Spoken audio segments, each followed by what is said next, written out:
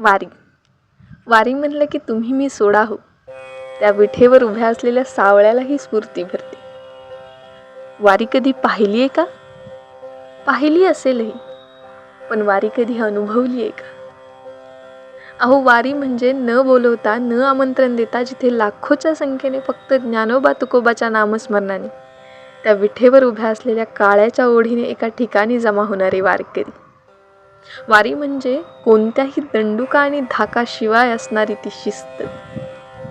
वारी म्हणजे फक्त टाळ वीणेच्या जोरावर तालासुरात वाजणारे गजर आणि त्याच गजराच्या जोरावर ठेका धरणारे लाखो वारकरी.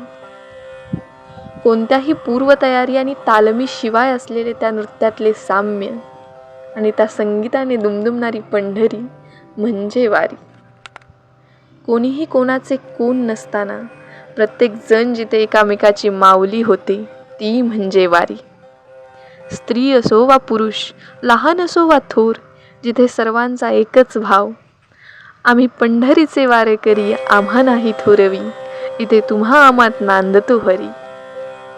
या आणि फक्त याच भावनेने प्रत्येकाचे चरण स्पर्श करणे म्हणजे वारी. शेवटी काय हो, देवालाही दंग व्हायला भाग पाडणारा सोहळा म्हणजे वारी.